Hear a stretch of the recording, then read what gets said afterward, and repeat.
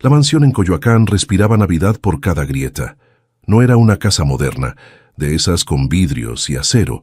Era una casona antigua, construida con piedra volcánica. Las enredaderas cubrían los muros exteriores con dignidad. Don Ernesto, el patriarca, había colgado luces doradas en los balcones. Las luces brillaban con una elegancia sobria, no escandalosa. Reflejaban el espíritu de la familia, tradicional y devota. Adentro, el aroma era una sinfonía de Nochebuena mexicana. Doña Carmen, la matriarca, llevaba 3 días cocinando sin parar. Su sazón era la verdadera alma de esas paredes. El ponche hervía a fuego lento en una gran olla de barro. El olor a guayaba cocida, tejocote y canela lo inundaba todo. En la cocina, los tamales de dulce y de rajas esperaban. Un vapor suave y dulce se escapaba por debajo de las puertas. Prometía una noche de paz y abundancia para todos. Doña Carmen revisaba la mesa del comedor por 10ª vez. Era una mesa larga, de caoba oscura para 20 personas. Había sacado la vajilla de porcelana que solo usaba en Navidad. Las copas de cristal brillaban bajo la luz del candelabro. Todo debía estar perfecto para recibir a sus hijos. Tenía el cabello completamente blanco, recogido en un chongo. Sus ojos cafés, aunque cansados, brillaban con ilusión.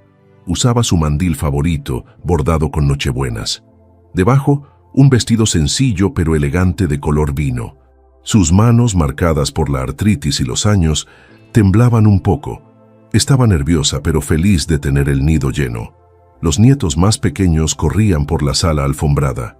Sus risas infantiles rompían el silencio solemne de la casona. Don Ernesto, su esposo, recibía a sus otras hijas en la entrada. Un hombre alto, de bigote cano y voz serena.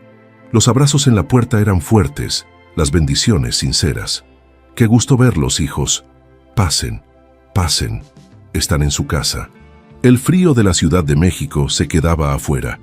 Adentro solo había calor de hogar y el sonido de la familia. La casa estaba llena, pero doña Carmen sentía un vacío. Faltaba alguien importante en esa mesa puesta. Faltaba Javier, el hijo mayor, el consentido de su corazón. Y faltaba, por supuesto, su esposa, Lucía, la nuera que había llegado para cambiarlo todo, la que manejaba a Javier como si fuera un títere. Doña Carmen miraba disimuladamente el reloj antiguo de la sala, un reloj de péndulo que marcaba las 8:30 de la noche. La cena estaba programada para las 8 en punto. Lucía siempre llegaba tarde. Era su costumbre. Era su forma de demostrar quién tenía el control. «Ya no deben tardar, Carmen», dijo don Ernesto a su esposa. Le tocó el hombro con cariño intentando calmar su ansiedad, pero Carmen conocía perfectamente a su nuera. Sabía que la tardanza era intencional, un pequeño desafío, una forma de decir, la fiesta no empieza sin mí. Las otras nueras ayudaban en la cocina, reían entre ellas, comentaban lo bien que olían los romeritos, hablaban de sus hijos, de la escuela, de la vida, pero cada vez que la puerta sonaba, todas callaban, esperando la llegada de la que no encajaba. De pronto, se escuchó el rugido de un motor potente afuera. No era un coche discreto, como el resto de la familia. Era un auto deportivo, lujoso y ruidoso. El sonido del motor alemán contrastaba con la quietud de Coyoacán. Frenó bruscamente frente a la entrada principal. Todos en la sala guardaron silencio automáticamente. Las risas de los niños se apagaron. Don Ernesto frunció el ceño levemente. Solo se oía el tic-tac del reloj de péndulo. La puerta principal se abrió de golpe, sin tocar. Ahí estaba Lucía, parada en el umbral como una reina. Envuelva en un abrigo de piel falso, pero ostentoso. Desafiaba el frío con un vestido rojo brillante. Un vestido tan corto y ajustado que lastimaba la vista. No era un atuendo para una cena familiar. Su maquillaje era impecable, profesional pero frío. Labios rojos, pestañas largas y una mirada calculadora. Su cabello negro estaba peinado hacia atrás, con efecto mojado. Javier, su esposo e hijo de Carmen, venía detrás. Él cargaba bolsas de tiendas caras, regalos sin alma. Lucía no dijo «buenas noches» ni «permiso». Se quedó quieta, analizando la escena con desdén. Paseó la mirada por la sala con un aire de superioridad. Vio a sus cuñadas, a sus sobrinos, a don Ernesto, como si estuviera inspeccionando un lugar inferior. Evaluó la decoración antigua con una media sonrisa burlona, los muebles rústicos, el nacimiento de barro, el árbol de Navidad, decorado con esferas de hace 30 años. El ambiente festivo se enfrió 10 grados. La tensión podía cortarse con un cuchillo. Javier corrió a abrazar a su padre. «Papá, feliz Navidad». «Perdón, el tráfico estaba imposible». Don Ernesto lo abrazó, pero su mirada estaba en Lucía. «Qué bueno que llegan, hijo. Pasa. Tu madre te espera». Javier parecía nervioso, siempre intentando mediar. Doña Carmen se secó las manos en el mandil, respirando hondo. Caminó desde el comedor hacia su nuera. Su corazón latía fuerte, pero se obligó a sonreír. Era la noche del perdón, la noche de la familia. No iba a permitir que nadie arruinara su cena. Se paró frente a la joven, que era mucho más alta que ella. «Lucía, hija, qué bueno que llegaron», le dijo con toda la ternura que pudo reunir. «Feliz Navidad», susurró Carmen abriendo los brazos.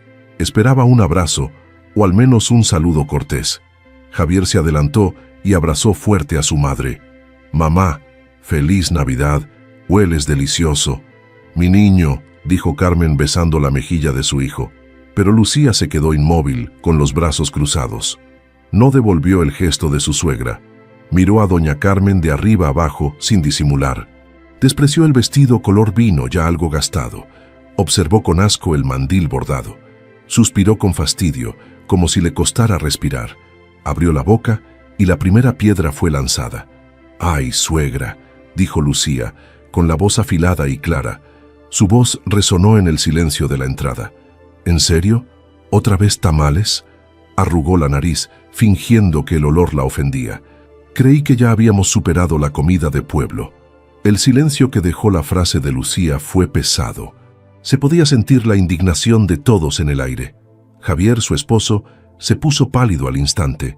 Intentó disimular la tensión con una risa nerviosa. «Ay, amor, ¿qué cosas dices? Huele delicioso, mamá». Javier tomó a Lucía del brazo, intentando jalarla hacia el comedor. «Vamos a la mesa, muero de hambre», insistió él. Pero Lucía no se movió, disfrutando el momento. Saboreaba la incomodidad que había sembrado tan rápido. Sus ojos fríos seguían fijos en doña Carmen. La matriarca forzó la sonrisa más dulce que pudo. «No te preocupes, hija. Entiendo que estés cansada del viaje. Hice también el bacalao a la vizcaína, como a ti te gusta». Era una mentira. A Lucía no le gustaba nada que ella cocinara, pero Carmen intentaba desesperadamente encontrar la paz. Lucía soltó una risita seca y condescendiente. «Bacalao, qué bien». Finalmente se dignó a caminar hacia el comedor. Se quitó el abrigo de piel y lo arrojó sobre un sillón. Un sillón antiguo de terciopelo verde que Carmen adoraba. Caminó con un contoneo exagerado como en una pasarela. Sus tacones de aguja resonaban en el piso de madera. Llegó a la gran mesa de caoba y se detuvo. Analizó la vajilla, los cubiertos, los centros de mesa. Todo era antiguo, pero de una calidad que ya no se veía. «¿Van a sentarse o esperamos a que llegue el gobernador?», dijo Lucía. Don Ernesto, que ya estaba en la cabecera, la fulminó con la mirada. El patriarca no dijo nada, pero apretó los puños bajo la mesa. Él sí entendía el veneno de esa mujer. Sabía que no era ignorancia, sino maldad pura. Javier corrió a sacar la silla para su esposa. Un gesto de servicio que parecía más de un empleado. Lucía se sentó lentamente, con aires de realeza. Las cuñadas y los demás sobrinos tomaron sus lugares. El ambiente era tan tenso que nadie hablaba. Solo se escuchaba el tintineo de los cubiertos. Doña Carmen comenzó a servir las ensaladas de Nochebuena. La mezcla de betabel, jícama y naranja brillaba en los platos. Lucía miró el plato que le sirvieron con desconfianza, como si estuviera buscando un insecto en la comida. «Esta vajilla», soltó Lucía de repente, rompiendo el silencio. Todos levantaron la mirada asustados. «No es la misma que usaste para el bautizo de la hija de Sonia». Sonia, su cuñada, se tensó al escuchar su nombre. «Y de eso ya tiene... ¿Cuántos años? ¿10?» Javier intentó intervenir con la boca llena de ensalada. «Es porcelana de Limoges, Lucía. Es una reliquia familiar». Lucía tomó un tenedor y golpeó suavemente el borde del plato. Reliquia es una forma elegante de decir viejo, ¿no, mi amor? Sonrió a Javier, pero el ataque era para Carmen. Doña Carmen bajó la mirada, sintiendo la humillación. Esa vajilla había sido el regalo de bodas de su propia madre. Cada pieza guardaba un recuerdo, una cena de Navidad pasada.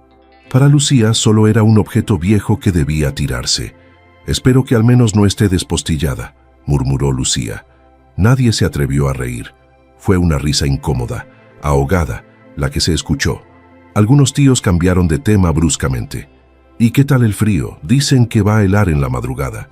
El tráfico en Insurgentes estaba imposible, como siempre, pero Lucía no iba a soltar a su presa tan fácilmente. Doña Carmen se levantó para traer los romeritos.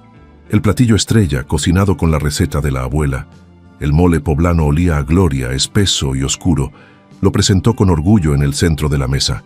«Ay, no, suegra, ¿en serio vamos a comer eso?». La voz de Lucía sonó aguda, fingiendo asco. «Esas cosas parecen, no sé, hierbas del jardín. Además, el mole me da una acidez terrible».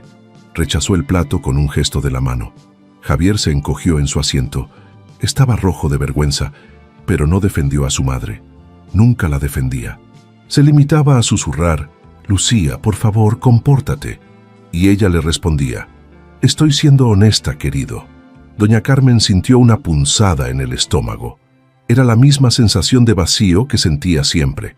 La impotencia de ver a su hijo sometido. La tristeza de no poder compartir sus tradiciones. «Está bien, hija. Te sirvo pavo entonces». El pavo estaba jugoso, dorado a la perfección. Lucía lo picoteó sin ganas. «Está un poco seco», sentenció, aunque era mentira. Todos comían en silencio, masticando la tensión. El sabor de la comida se había perdido por completo. Entonces, Lucía fijó su mirada en el vestido de Carmen. La matriarca se había sentado por fin. Su vestido color vino era sencillo, de manga larga. Lucía sonrió preparando el siguiente dardo. Era el golpe de gracia de la noche. «Suegrita, qué bonito su vestido», dijo con falsa dulzura. Doña Carmen, ingenua, casi le agradece el cumplido. «Muy tradicional. Se le ve muy bien ese color». Hizo una pausa dramática, mirando sus uñas perfectas. «Mi nana, la que me cuidaba de niña en Acapulco, tenía uno idéntico». El insulto fue devastador. La había comparado con una sirvienta. El rostro de don Ernesto se endureció como una piedra. Las cuñadas abrieron la boca horrorizadas. Javier cerró los ojos deseando que la tierra se lo tragara. La sala quedó en un silencio sepulcral. Las luces doradas del árbol parecían burlarse de la escena. El ponche seguía hirviendo, pero nadie quería beber. Doña Carmen sintió que las lágrimas picaban en sus ojos. Pero no lloró. No le daría esa satisfacción. Respiró hondo, contando hasta 10 en su mente. Puso sus manos temblorosas sobre el mantel. Levantó la barbilla con una dignidad que Lucía no entendía. Miró a su nuera con una tristeza profunda, no con odio. «Tu nana debió ser una mujer muy buena», respondió Carmen. La respuesta descolocó a Lucía por un segundo. Esperaba gritos, llanto, un escándalo, pero Carmen siempre respondía con esa calma exasperante. Para cambiar el ambiente, doña Carmen buscó la sidra. Se puso de pie, tratando de salvar lo que quedaba de la noche. «Bueno, familia», dijo, con la voz un poco temblorosa. Levantó su copa de cristal, la misma que Lucía había despreciado. «Antes de seguir con esta cena tan especial, me gustaría proponer un brindis. Quiero agradecer a Dios por tenernos a todos reunidos». Doña Carmen sostenía la copa de sidra con mano temblorosa. El líquido dorado burbujeaba bajo la luz del candelabro. Trataba de estabilizar su voz, de ignorar la ofensa del vestido. Era Nochebuena, y el amor debía ser más fuerte que el orgullo. Miró a sus hijos, a sus nietos, a su esposo Ernesto. «Quiero agradecer a Dios», repitió un poco más fuerte, «por tenernos a todos reunidos esta noche. Ha sido un año complicado», dijo mirando a Javier. «Hemos tenido pruebas, hemos tenido preocupaciones, pero la fe nos mantiene de pie, nos mantiene juntos». El comedor estaba en silencio, escuchando a la matriarca. Incluso los niños más pequeños parecían entender la solemnidad. Las otras nueras asentían con respeto, conmovidas. Don Ernesto la miraba con un amor profundo, de 50 años.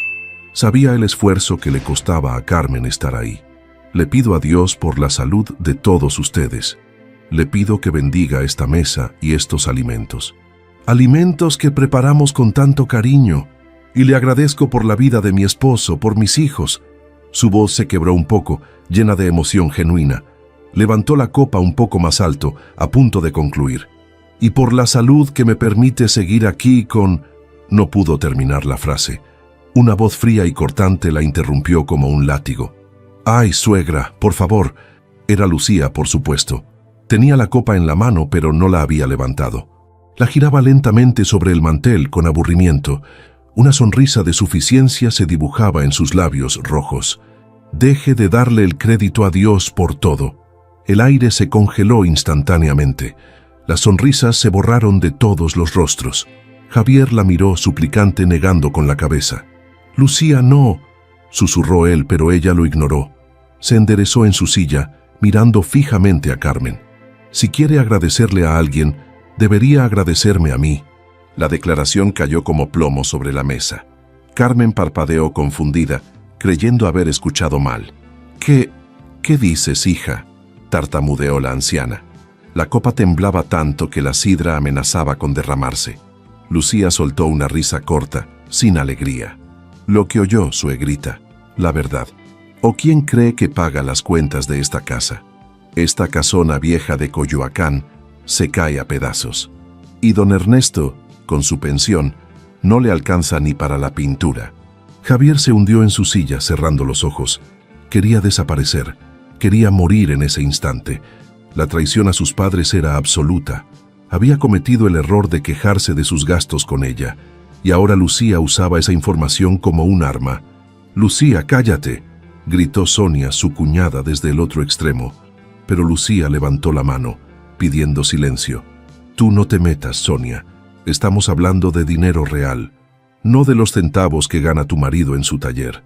El ataque fue rápido y certero, silenciando a la cuñada. Don Ernesto se puso de pie golpeando la mesa. «Basta, Lucía, respeta mi casa». «Respete usted a su esposa, don Ernesto», replicó ella, «que deje de vivir en las nubes rezando. Los milagros no pagan las tarjetas de crédito». Doña Carmen seguía de pie, paralizada. Había olvidado el brindis, la copa, la Navidad.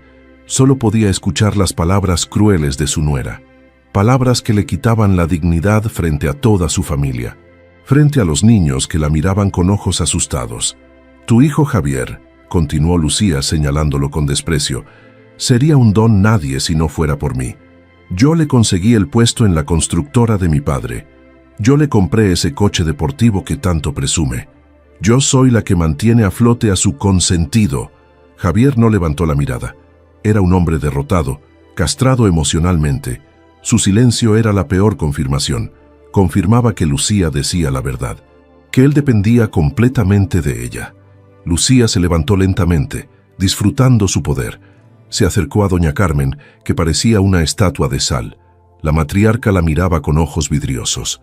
«Así que, suegra», dijo Lucía, casi en un susurro, «¿sabe qué más pago yo?». Nadie respiraba. El único sonido era el tic-tac del reloj de péndulo. Marcaba las 9 de la noche. El momento de la paz se había roto para siempre. La cena de Navidad estaba muerta. Lucía sonrió acercando su rostro al de Carmen. «Pago sus medicinas, doña Carmen. Esas pastillas tan caras para su artritis, las que le quitan el dolor para que pueda amasar sus tamales, las que necesita para poder levantarse de la cama». El golpe fue más bajo y cruel que cualquier otro. Había usado su enfermedad, su vulnerabilidad física. Había usado la caridad que le daba como un insulto. Doña Carmen palideció de una forma alarmante. Su rostro adquirió un tono grisáceo. La copa de sidra se resbaló de sus dedos temblorosos. El cristal estalló contra el suelo de madera. El líquido dorado se esparció por el piso. El sonido del cristal roto fue como un disparo. Despertó a todos del horror. En ese preciso instante, las luces doradas del árbol parpadearon. 1, 2, 3 veces. El candelabro sobre la mesa también falló. La sala se sumió en una oscuridad momentánea. Un segundo de penumbra total. Cuando la luz regresó, la escena era aún más aterradora. El rostro pálido de doña Carmen, la sonrisa triunfante de Lucía, y Javier finalmente levantando la mirada, pero no la levantó para defender a su madre. «¿Ves lo que provocas, mamá?», dijo Javier. Su voz era débil, pero la acusación era clara, siempre provocando a Lucía. «Sabes cómo se pone cuando la contradicen. Ahora arruinaste la cena». Esa fue la verdadera traición. No el dinero, no las medicinas. Fue la acusación de su propio hijo. Culparla a ella por la humillación que estaba recibiendo. Doña Carmen sintió que el corazón se le partía en dos. Lucía rió abiertamente. «Bien dicho, mi amor, tu madre no entiende». Se giró para regresar a su asiento. Pero doña Carmen, sacando fuerzas de la humillación, habló. «Tú no tienes alma», susurró la anciana. La voz de Carmen fue baja, pero vibraba con una nueva fuerza. Ya no era tristeza, era una certeza helada. «Eres una mujer vacía, Lucía.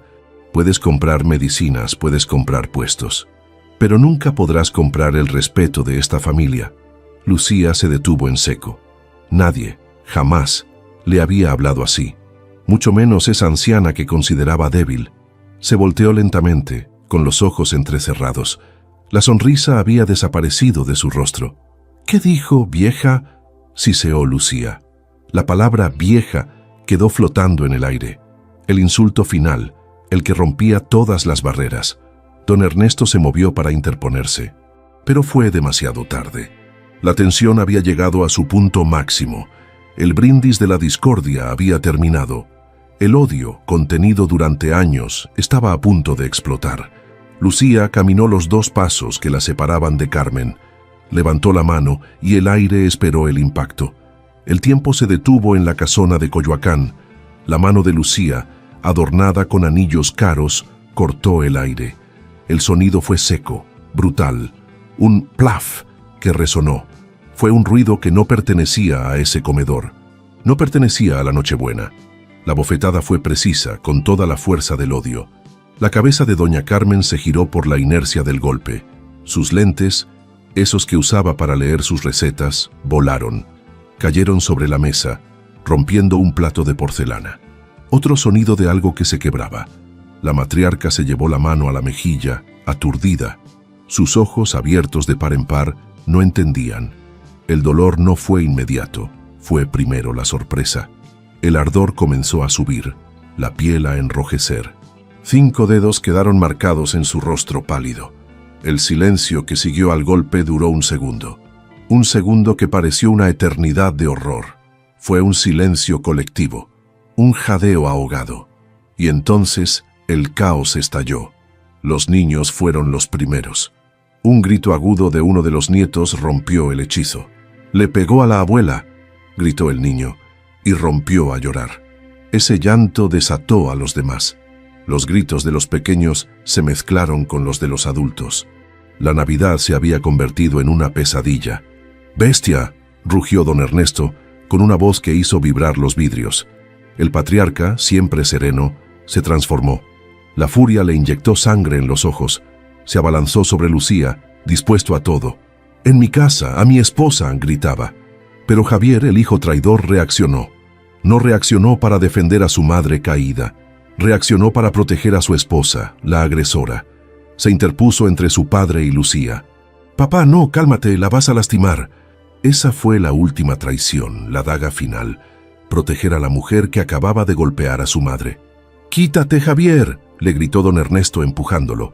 «¡Eres un cobarde! ¡Un miserable!». El padre y el hijo forcejearon en medio de la sala. Lucía no estaba asustada, estaba eufórica. Respiraba agitadamente, con el pecho subiendo y bajando. La adrenalina del momento la hacía sentir poderosa. «Sí, se lo merecía», gritó ella fuera de sí. «Se merecía eso y más. Vieja hipócrita». «Cállate, maldita», gritó Sonia, la cuñada, llorando de rabia. Corrió a abrazar a doña Carmen, que seguía en shock. «Eres un monstruo, lárgate de aquí». «Lárguense los dos», gritó el otro hermano, señalando a Javier. «No tienes madre, llévate a esta víbora». Lucía rió, una risa histérica y cruel. «Muertos de hambre, eso es lo que son», señaló a todos con su dedo acusador. «Viven de lo que yo les doy, de mis obras, y todavía se atreven a ofenderme». Caminó de nuevo hacia doña Carmen, que estaba protegida por Sonia. «Usted tiene la culpa de todo», le escupió. «Siempre haciéndose la víctima, la mártir, manipulando a Javier con sus enfermedades, odiándome porque yo sí tengo dinero y usted no». Sacó a relucir rencores de años. «Jamás me quiso, porque no era la pobrecita que quería para su hijo, porque no me sentaba a bordar con usted, pero gracias a esta víbora, su hijo no es un don nadie». La humillación ya no era disimulada, era un torrente. La cena estaba arruinada.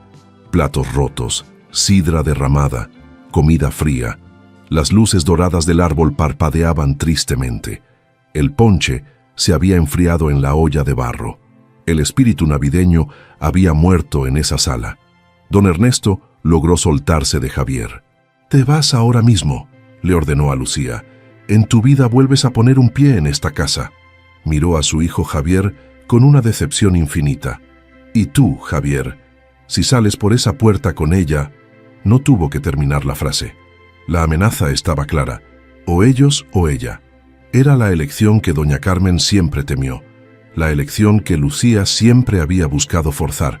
Y Javier, débil y sometido, temblaba. Lucía entendió que había ganado. Dio la media vuelta, con la cabeza en alto.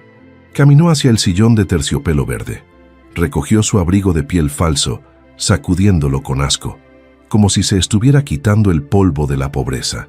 Se detuvo en el umbral para el último insulto. Miró la mesa destruida, la comida intacta. «Quédense con su cena de pueblo», dijo con desprecio.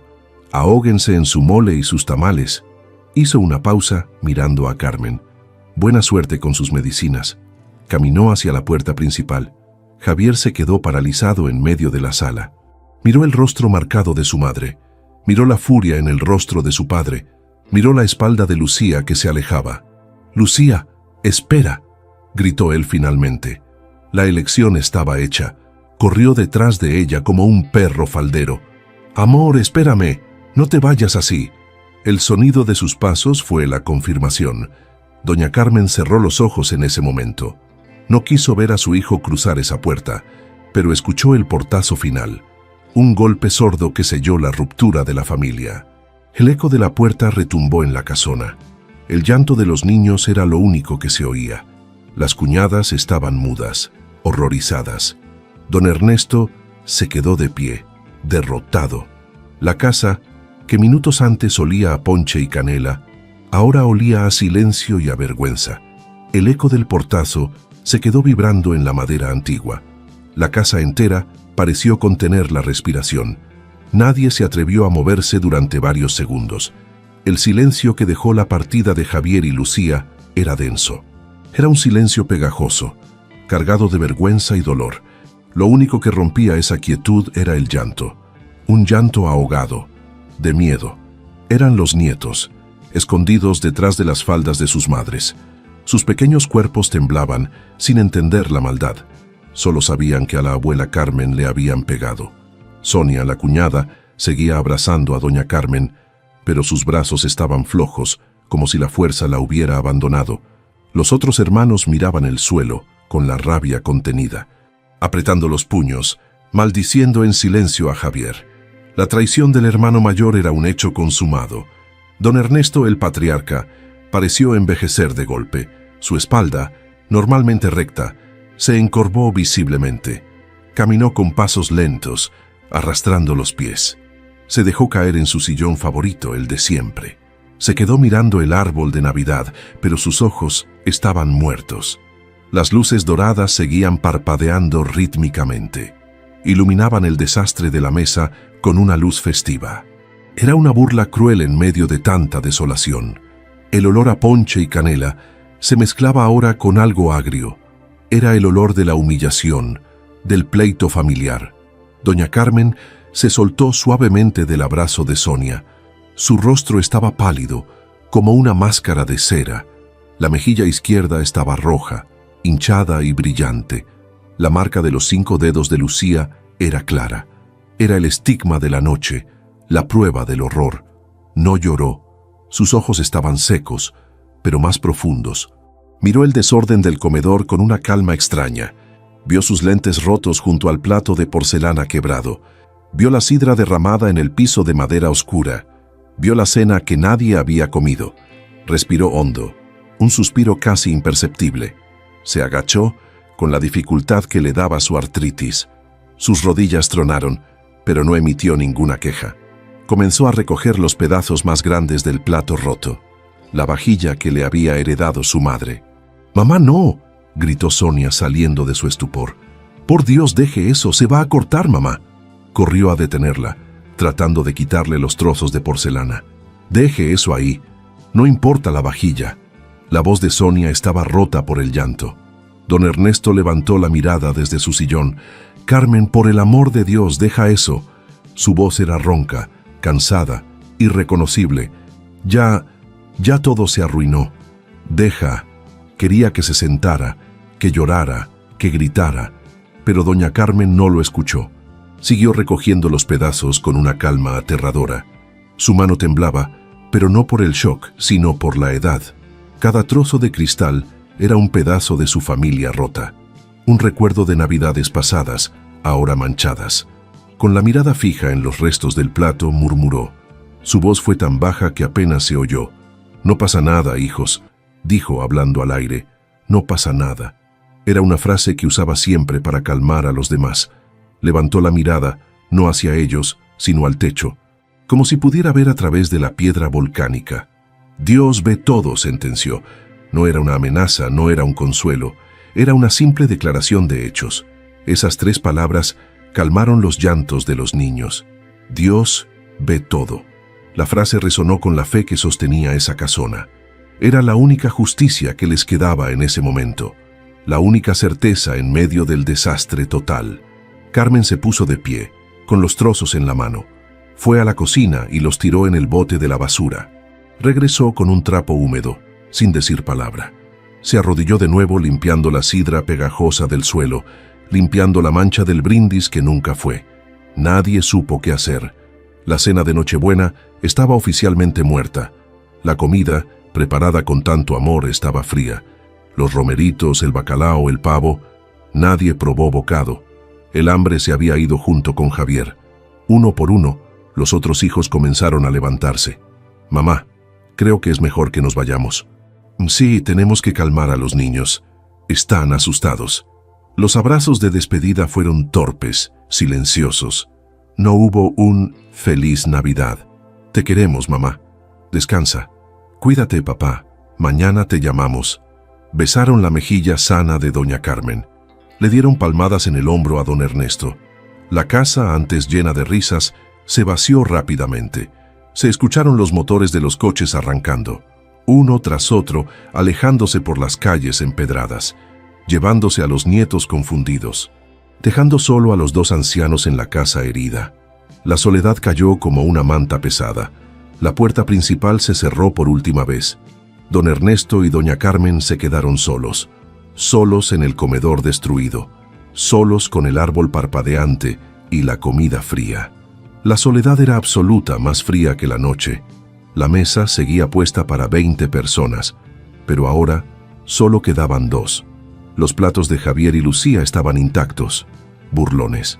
La silla de Lucía estaba tirada en el suelo. Nadie se había molestado en levantarla. Doña Carmen no se sentó, ignorando el dolor de su mejilla. Empezó metódicamente a recoger los platos sucios, plato por plato, cubierto por cubierto. No iba a dejar el desorden para mañana. Era su forma de luchar contra el caos que Lucía dejó. Don Ernesto la observaba impotente. «Carmen, ven a sentarte, por favor». «Ahorita, viejo, hay que recoger esto». «Mañana, Carmen, mañana lo hacemos». «No, tiene que ser ahora», dijo ella con voz firme. Tapó las ollas de comida una por una. Guardó el pavo intacto en el refrigerador. Apagó el fuego bajo la olla de ponche, ahora frío.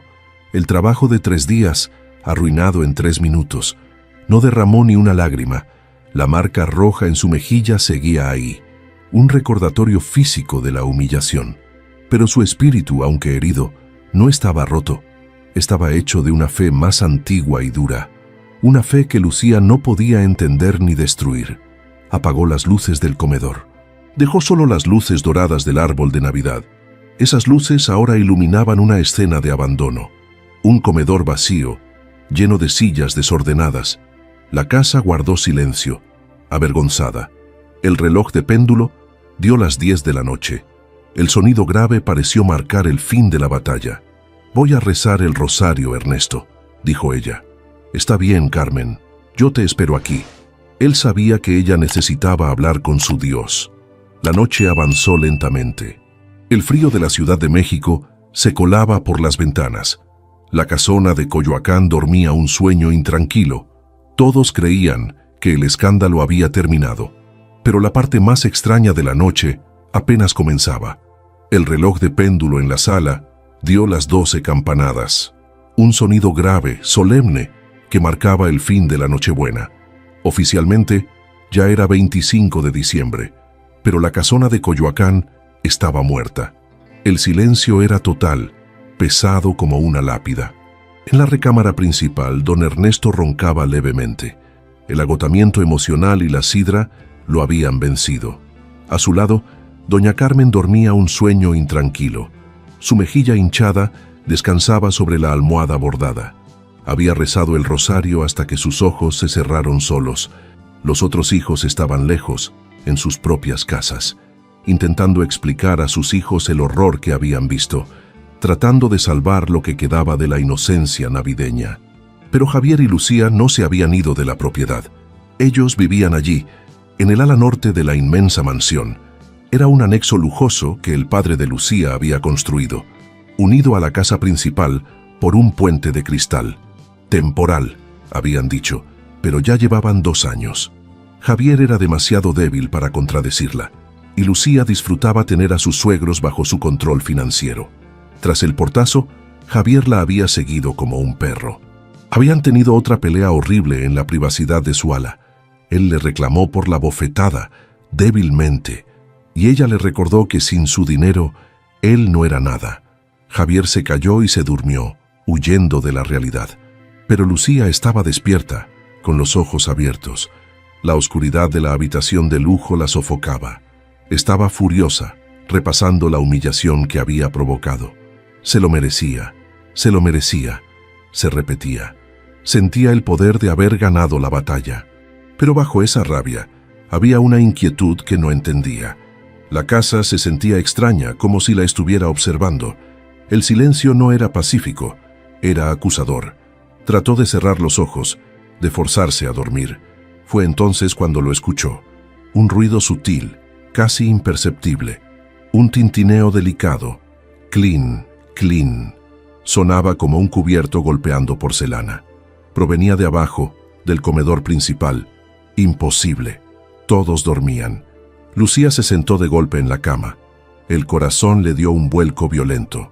Miró a Javier, pero él roncaba profundamente, ajeno a todo. Aguzó el oído, conteniendo la respiración. Silencio. Lo imaginé, pensó irritada.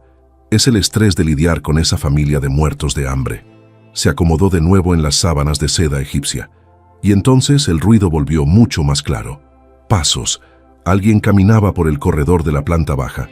Pasos lentos que arrastraban un poco los pies, como caminaba Carmen cuando le dolía la artritis. Un escalofrío helado le recorrió la espalda. ¿Qué demonios hace esa vieja despierta? Una oleada de irritación la invadió. ¿Acaso iba a seguir limpiando el desastre a medianoche?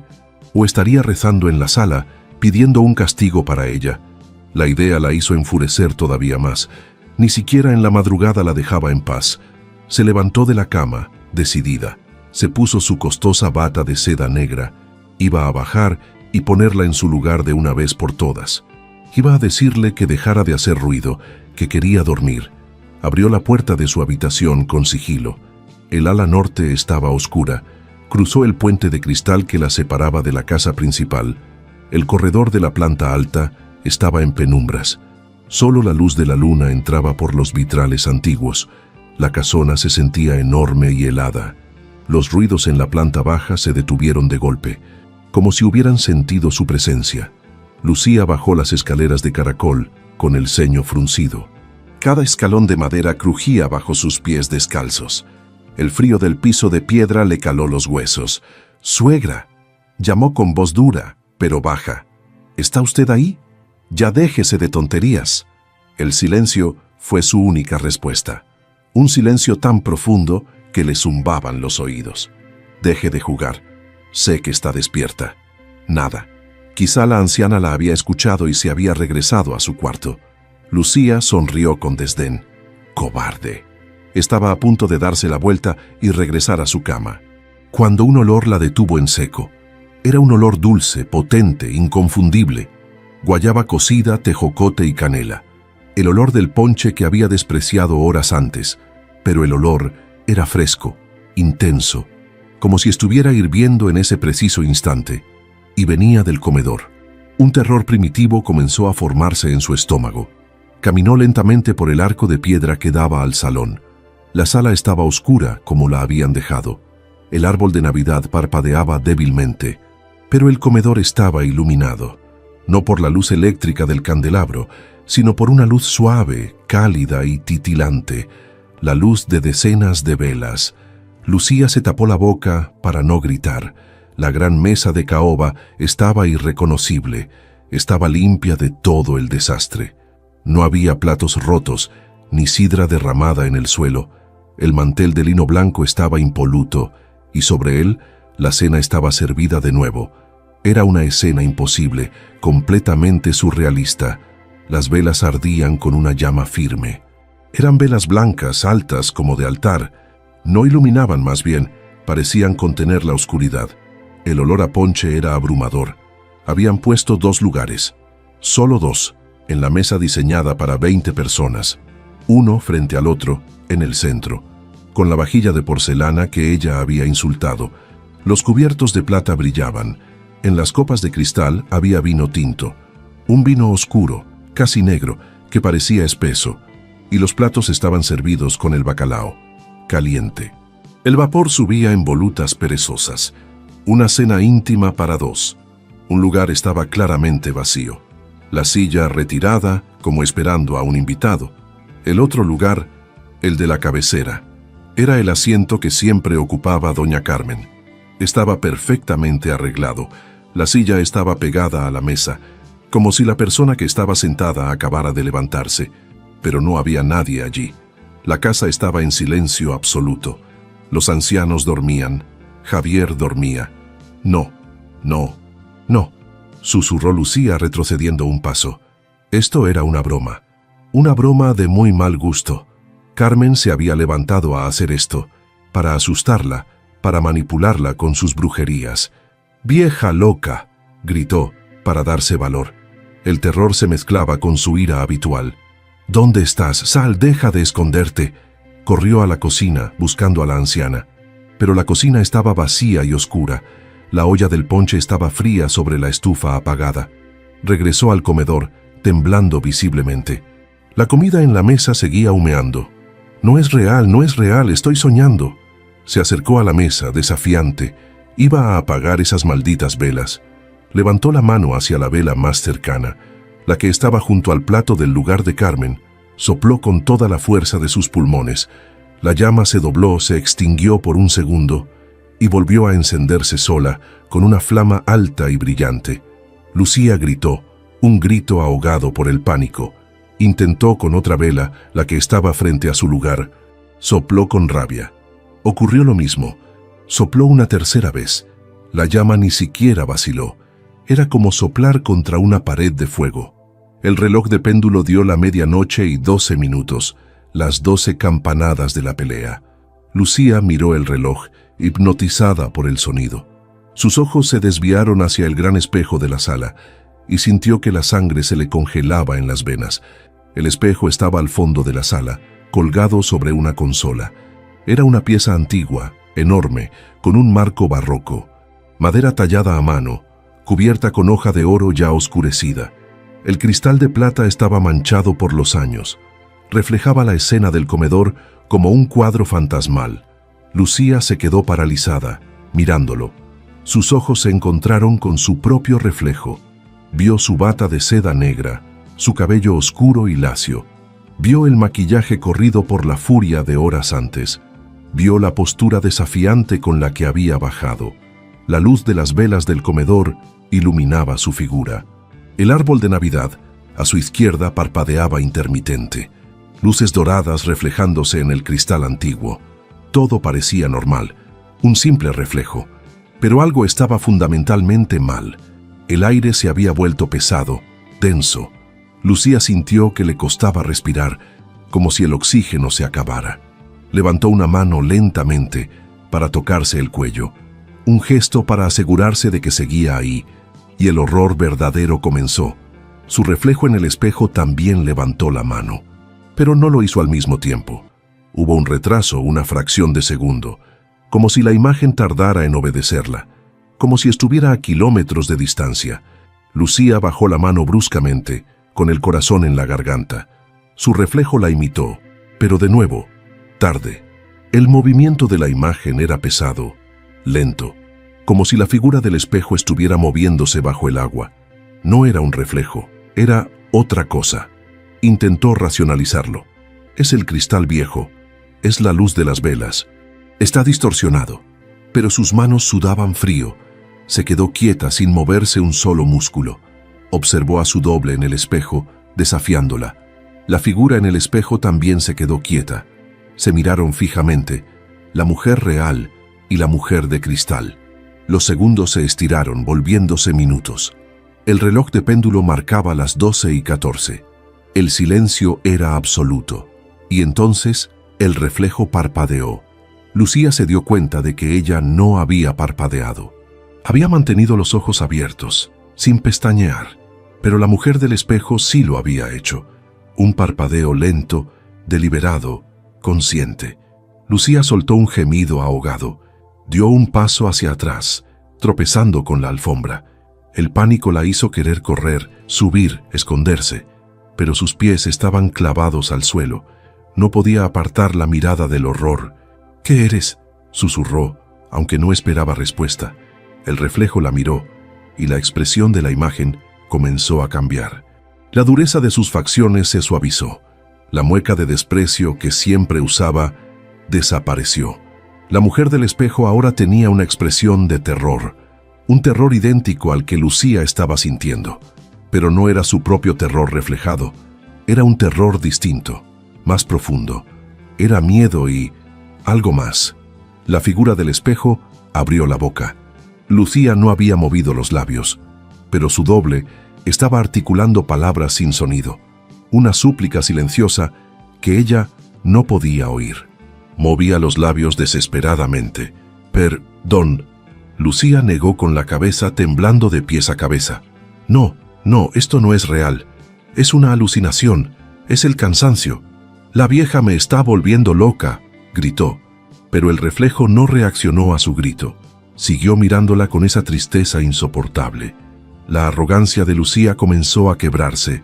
Toda la rabia que sintió horas antes se desvaneció.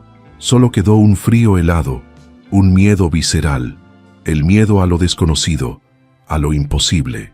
Fue entonces cuando la figura en el espejo hizo lo impensable. Lentamente levantó su mano derecha. Lucía mantenía sus propias manos apretadas en puños. El reflejo no la estaba copiando. Se movía solo. La mano del reflejo se acercó a su propio rostro. Tocó la mejilla, la misma mejilla que doña Carmen había recibido la bofetada. El reflejo acarició ese punto en el cristal, y Lucía sintió un ardor en su propia mano, como si ella misma hubiera sentido el impacto. Miró su mano derecha, la que usó para golpear. Estaba roja, palpitando. «No», gimió. Volvió la mirada al espejo. Lo que vio terminó de romperla. Una lágrima, una sola lágrima gruesa y brillante, brotó del ojo derecho de su reflejo. Comenzó a deslizarse lentamente por la mejilla de la imagen, un llanto silencioso y lleno de agonía. Lucía, la mujer real, se tocó la cara. Sus mejillas estaban completamente secas. Ella no estaba llorando, pero su reflejo sí, estaba llorando por ella. El arrepentimiento la golpeó como un golpe físico. No un arrepentimiento lógico, sino un sentimiento impuesto. Una ola de culpa tan profunda que la ahogaba. La imagen en el espejo lloraba el llanto que ella se negaba a llorar, mostrándole la monstruosidad de su acto. La mujer del espejo la miraba fijamente. Sus ojos, inundados en lágrimas, eran una acusación. No una acusación de odio, sino de dolor. El dolor que ella había causado esa noche. El dolor de la bofetada, de la humillación, de la traición. Lucía retrocedió cayendo sentada sobre un sillón, apartó la vista del espejo, incapaz de soportarlo, enterró el rostro entre sus manos temblorosas. «Perdón, perdón», empezó a murmurar. Ya no sabía si se lo decía al espejo o a Dios. Sintió una presencia en el comedor, no la del espejo. Era una presencia nueva, real, física. El aire se volvió repentinamente cálido y el olor a ponche regresó, pero esta vez mezclado. Era ponche y flores. Un olor intenso a cempasúchil y rosas blancas. Un olor dulce, penetrante. El olor de un altar. El olor de un funeral. Levantó la mirada aterrada. El espejo estaba vacío. Su reflejo había desaparecido. El cristal antiguo solo reflejaba la sala vacía. Pero el comedor ya no estaba vacío. Alguien estaba de pie junto a la mesa, en la cabecera, donde siempre se sentaba Carmen, junto al plato de bacalao humeante, junto a la vela que no pudo apagar. Había una figura, quieta, serena, observándola. Ahí estaba, en la cabecera de la mesa. La figura era inconfundible, pero completamente imposible. Era doña Carmen, o al menos la imagen perfecta de ella. Estaba de pie, con una serenidad que helaba los huesos. No era la anciana herida de hacía unas horas. Esta figura parecía completa, sin dolor. Irradiaba una luz pálida, casi imperceptible en la penumbra. Llevaba el mismo vestido color vino que Lucía había insultado. Pero en esta aparición, el vestido se veía digno.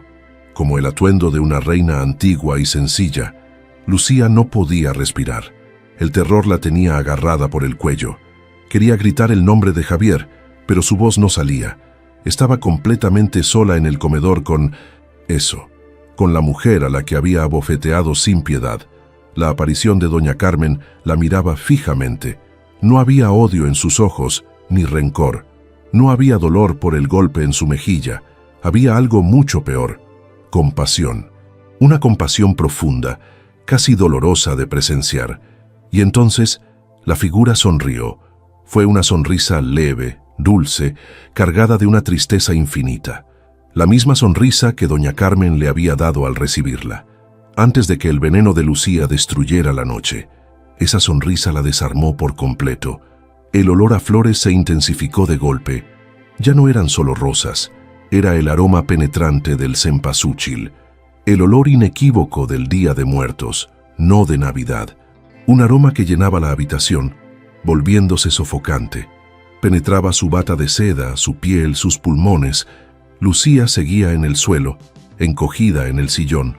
Se sentía pequeña, expuesta, ridícula.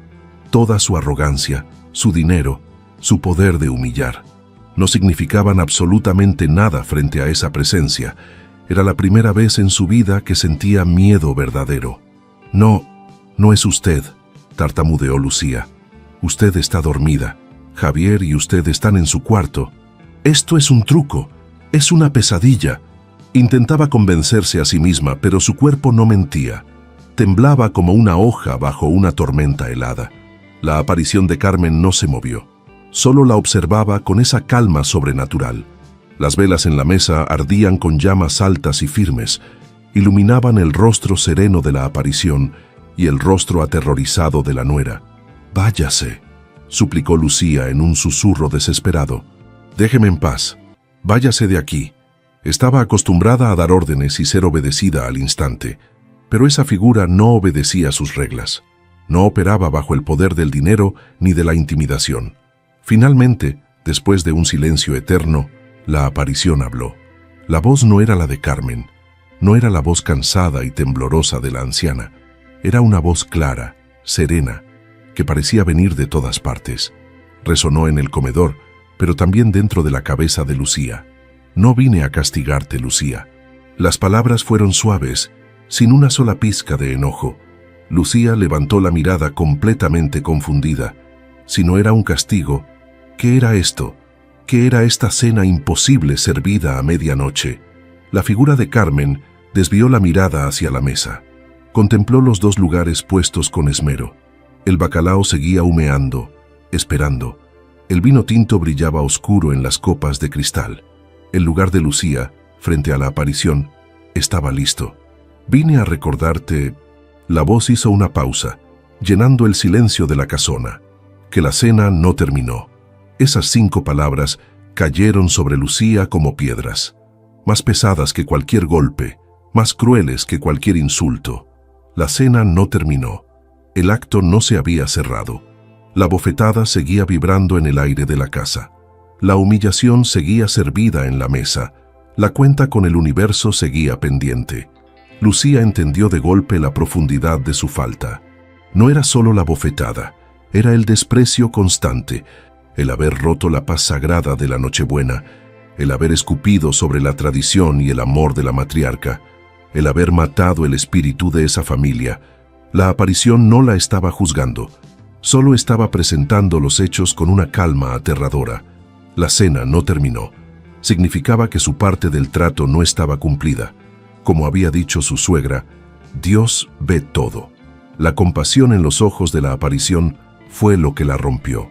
Si la hubiera gritado, si la hubiera maldecido, Lucía habría sabido cómo defenderse, cómo contraatacar. Se habría alimentado de ese odio, lo habría devuelto. Pero el perdón silencioso era un espejo insoportable. Vio su propia miseria reflejada en esa calma, la pobreza absoluta de su espíritu, la soledad de su corazón lleno de soberbia. El dinero no podía comprarla para salir de esto. Estaba atrapada con su propia conciencia, la mujer que había entrado horas antes, sintiéndose una reina. Ahora era solo una niña asustada y patética, una niña que había cometido un acto terrible y que finalmente entendía la magnitud de su oscuridad. El llanto que su reflejo había iniciado, ahora era real. Las lágrimas brotaron, calientes y amargas. Un sollozo seco y doloroso salió de su garganta. Un sonido que pareció desgarrarle el pecho. Era el llanto del arrepentimiento verdadero, el llanto que había evitado durante toda su vida. Se dejó caer del sillón con torpeza. Sus rodillas golpearon la madera fría del piso. No le importó el dolor físico. Era insignificante. Se arrodilló frente a la aparición de su suegra. La mujer que había humillado ahora era su única confesora. «Perdóneme», gritó, con la voz rota por el llanto.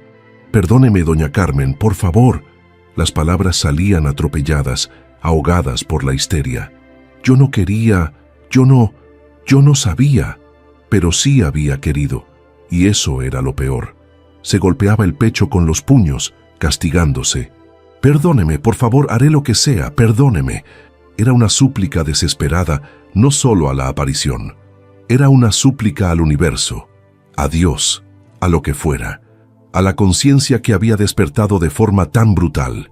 La sala se llenó con sus sollozos agudos, el único sonido en la casona dormida.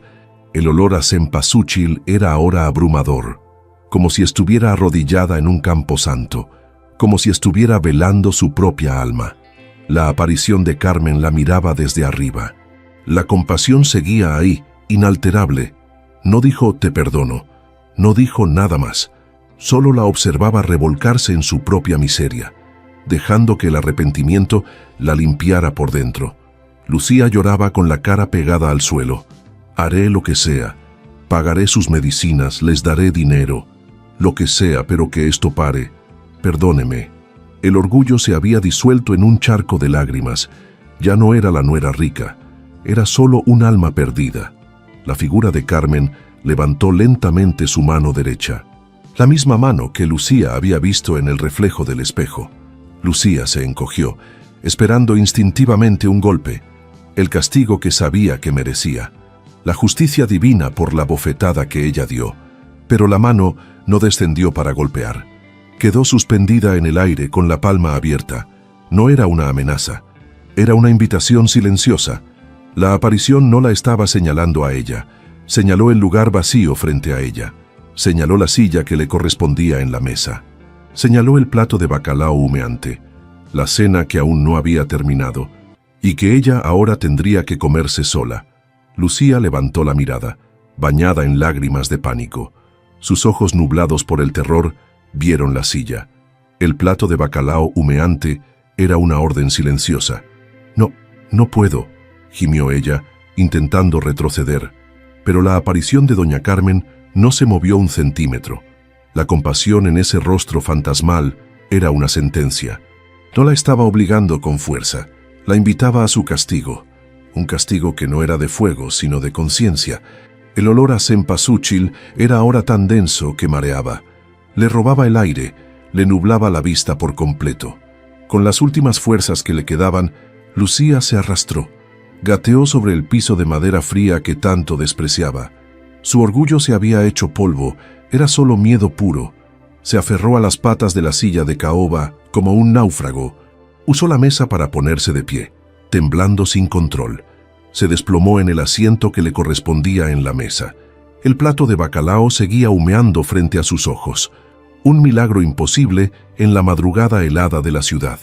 El aroma a pescado cocido se mezclaba con las flores de muerto. La figura de Carmen la observaba desde la cabecera, esperando. Lucía tomó el tenedor. El metal de plata estaba frío como el hielo. Sus manos temblaban tanto que apenas pudo pinchar la comida. Levantó el bocado, sus ojos fijos en la aparición. La sonrisa compasiva de su suegra no desaparecía, y eso, extrañamente, era lo que más le dolía a Lucía. Llevó la comida a su boca, con una náusea profunda.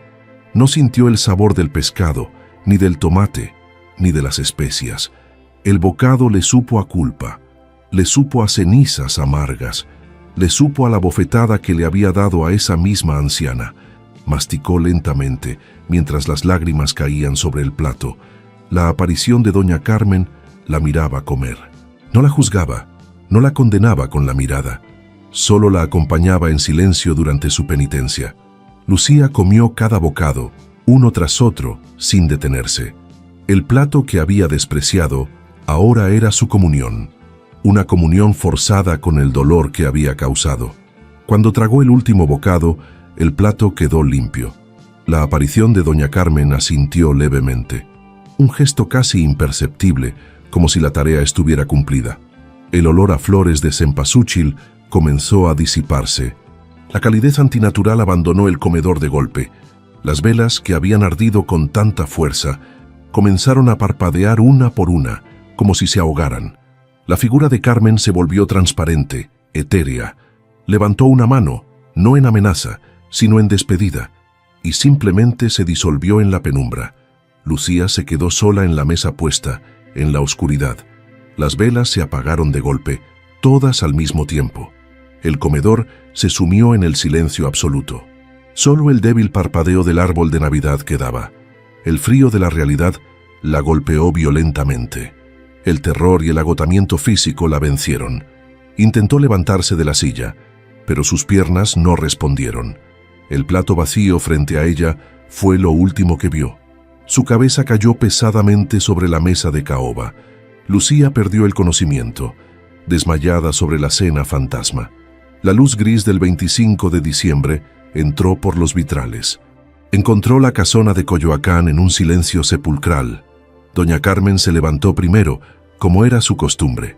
Su mejilla estaba hinchada, de un tono morado oscuro. Se movía con la lentitud de un corazón herido. Don Ernesto se levantó poco después, con ojos cansados. «Voy a preparar café, Carmen», dijo con voz ronca. «No te preocupes por el comedor, yo limpiaré el desastre». No habían hablado de Javier. El dolor era demasiado grande. En el ala norte, Javier despertó con una resaca moral. La cama a su lado estaba vacía. Lucía no estaba. El pánico lo golpeó. Se había ido. «Lucía, amor», gritó con la boca seca. Salió corriendo de su cuarto de lujo, desesperado. Cruzó el puente de cristal, temiendo lo peor. Tal vez Lucía había vuelto para pelear con sus padres. Vio a su madre, Carmen, parada en el arco del comedor. Estaba inmóvil, mirando la escena con absoluto horror. «Mamá, ¿qué pasa?», preguntó Javier asustado. Don Ernesto estaba a su lado, pálido como el papel. «Dios mío, ten piedad», susurró el patriarca. Javier miró por encima del hombro de su madre y vio lo que ellos veían. Sintió que la sangre abandonaba su rostro de golpe. Lucía estaba ahí, desmayada sobre la mesa. Su rostro pálido descansaba junto a un plato. Javier corrió hacia ella gritando su nombre. «Lucía, Lucía, despierta. ¿Qué te pasó?». La sacudió con fuerza, pero ella estaba fría e inerte. Doña Carmen se acercó temblando de pies a cabeza. Vio la mesa. Estaba perfectamente limpia. La sidra derramada, los platos rotos. Todo había desaparecido. El mantel de lino blanco estaba puesto, sin una sola arruga. Y frente a Lucía había un plato. No era cualquier plato. Era el de la vajilla de la abuela. Y estaba vacío, pero con restos de comida. Restos inconfundibles de bacalao a la vizcaína. «Pero esto es imposible», dijo don Ernesto. «Carmen, ¿tú limpiaste anoche?». Doña Carmen negó con la cabeza, con los ojos fijos en el plato. Sabía que ese bacalao estaba guardado en el refrigerador. Tocó la frente de Lucía. Estaba helada. «Javier, llama a un doctor. Rápido», ordenó. «Está viva, pero está helada. Apúrate». Javier marcó el número con manos temblorosas. Miraba a su esposa desmayada y al plato vacío.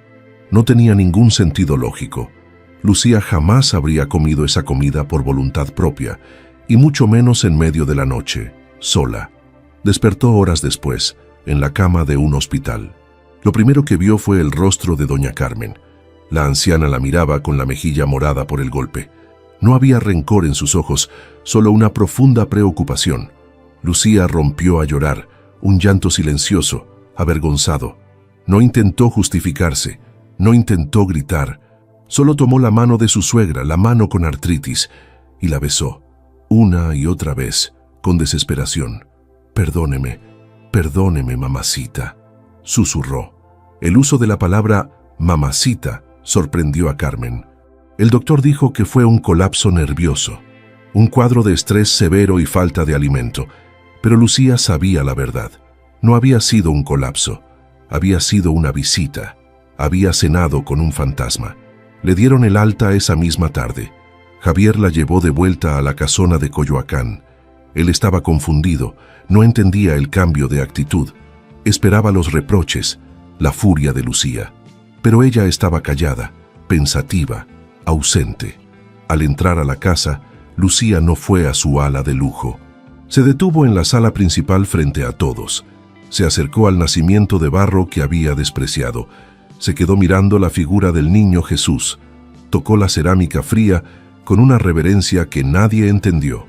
«Lucía, ¿te sientes bien?», preguntó Javier. «Necesito ir a la iglesia», dijo ella con voz firme. Javier parpadeó confundido. «¿Iglesia?». Lucía odiaba la iglesia.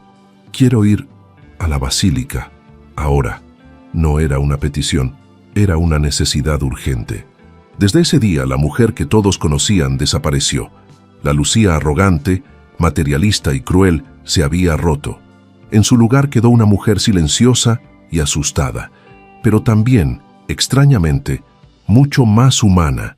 La transformación fue radical, absoluta e inexplicable. Vendió su auto deportivo la semana siguiente.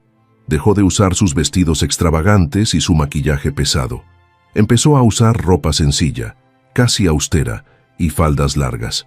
La familia no entendía qué había pasado esa noche. Pero doña Carmen, en su corazón, sí lo sabía. Carmen nunca le preguntó por el plato de bacalao vacío. Nunca le preguntó por qué se había desmayado en la mesa. Simplemente la aceptó de vuelta, como una madre. Lucía comenzó a acompañarla a misa de 6 de la mañana. La nuera atea ahora rezaba el rosario de rodillas. Empezó a hacer voluntariado en un asilo de ancianos. Ella, que no soportaba la vejez ni la debilidad, ahora pasaba sus tardes escuchando historias. Bañaba a los enfermos, les leía, les daba consuelo.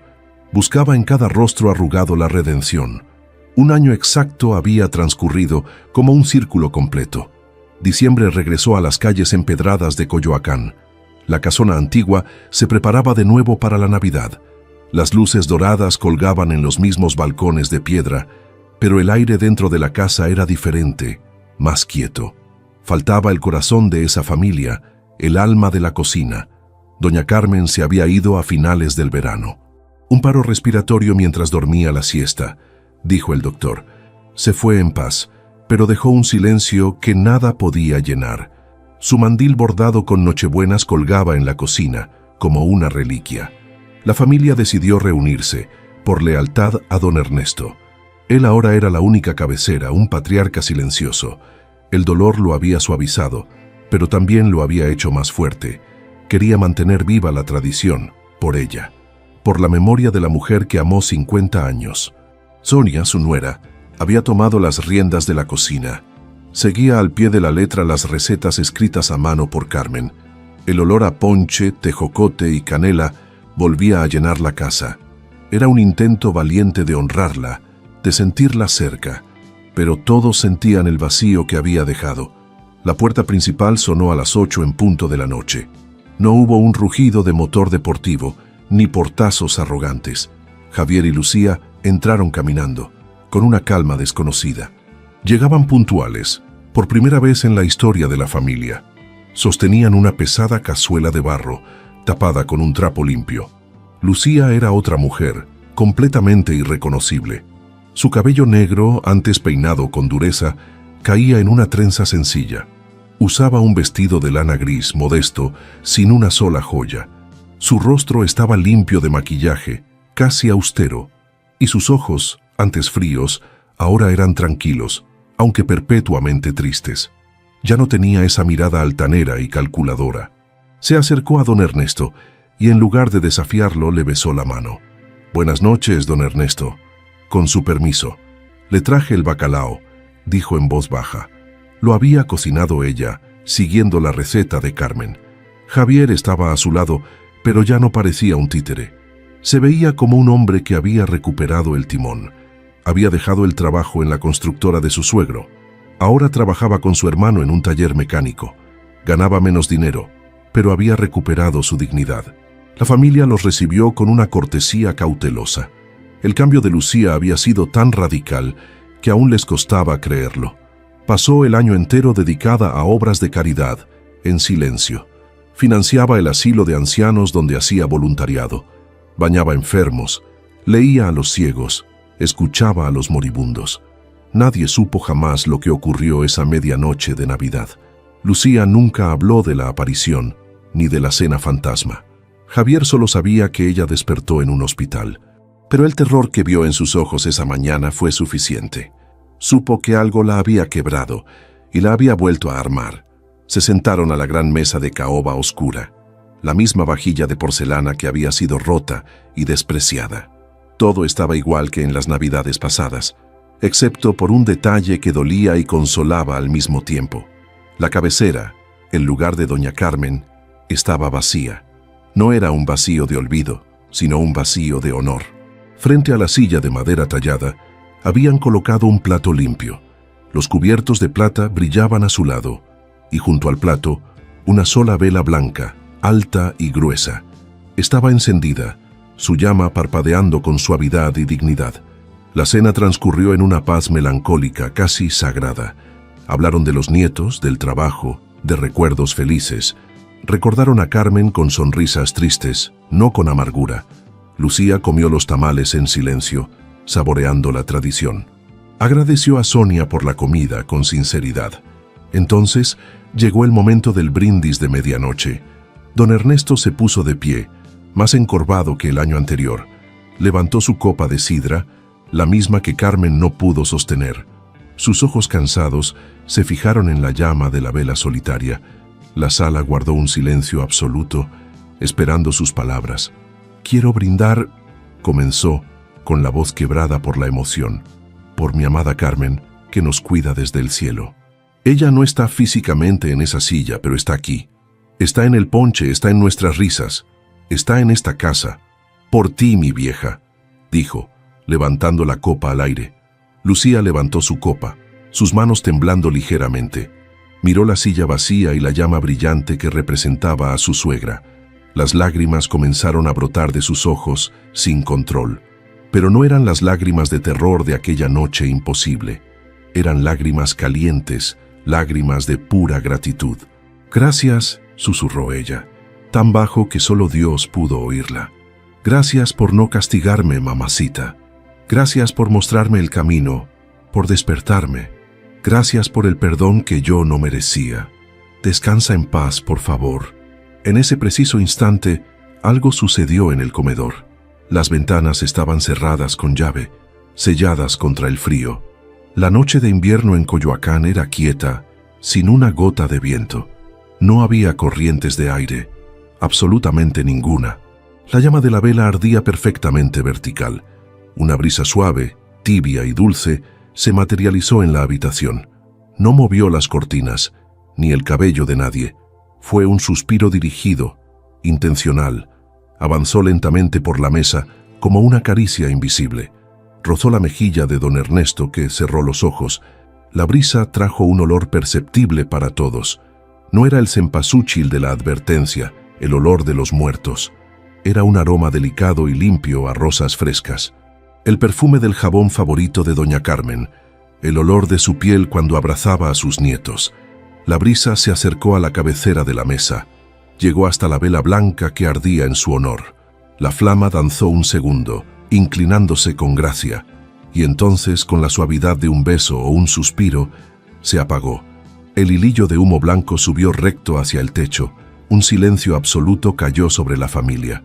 Todos lo habían visto. No fue un accidente, fue una respuesta, fue una aceptación. La cena por fin había terminado. Don Ernesto sonrió, una sonrisa genuina por primera vez en meses. Bajó su copa, con lágrimas de paz en los ojos.